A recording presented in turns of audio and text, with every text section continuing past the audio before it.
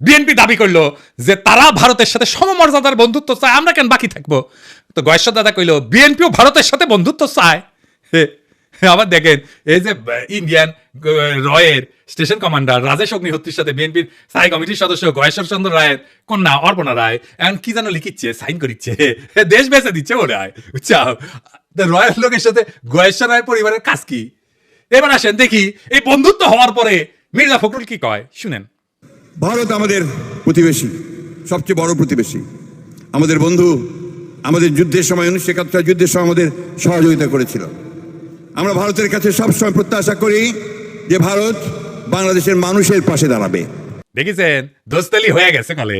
যে বিএনপি গত ডিসেম্বরে কইছিল বাংলাদেশ নয় ভারতের বন্ধুত্ব হাসিনার সঙ্গে, তো এখন কি এলো? তো এখন জামাত দেখলো যে ট্রেন তো মিস হয়ে গেল, যাইতেছে তো সেও গেল সখী ধরো ধরো ধরো ধরো, আমি কি তোমার পর? তা কইল বন্ধুত্ব চাই, সহযোগিতা চাই। ভারতের প্রতি জামাতের বার্তা, ইন্ডিয়া কিছু হইলে জামাতিরে পুন্দায়, তাও হ্যাংলার মতো। ইন্ডিয়ার প্রেম ছাড়া ওদের চলে না।